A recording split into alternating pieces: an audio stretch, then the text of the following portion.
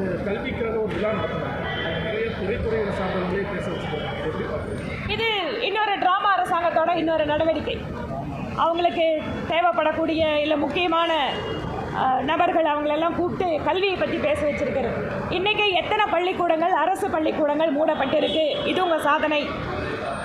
இன்றைக்கு பள்ளிக்கூடங்களில் அடிப்படை வசதிகள் இல்லாமல், அதிலும் ஆசிரியர்கள் பற்றாக்குறை, வேலையாட்கள் பற்றாக்குறை, வகுப்பறைகள் இல்லாமல் மரத்தடியில் பாடம் நடத்துவது, ஆசிரியர்கள் பாலியல் தொந்தரவு கொடுப்பது குழந்தைகளுக்கு, பெண் குழந்தைகளுக்கு பாதுகாப்பு இல்லாத சூழ்நிலை, பள்ளிகளிலேயே ஜாதி ரீதியான மோதல்கள் மாணவர்களுக்கு இடையில். இதையும் கல்வியில் சிறந்த மாநிலத்தில் சேர்த்துக்குவாங்களா அவங்க? அப்போ இதெல்லாம் அவங்களோட டெஃபினேஷனில் வராதா?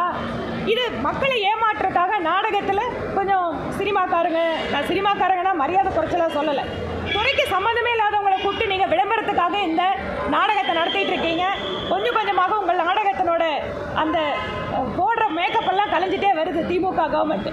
ஒரு புறம் தாவேக தலைவர் விஜய் தமிழரசு மேலே கடுமையான சாடல்கள் கொடுத்துட்டு வராரு. இதுக்கு ஆப்பனண்ட்டாக சிவகார்த்தியை வச்சு பேச வச்சுட்டாங்க மாதிரி சொல்கிறாங்க. திமுகவுக்கு இது ஒன்றும் புதுசு இல்லைங்க.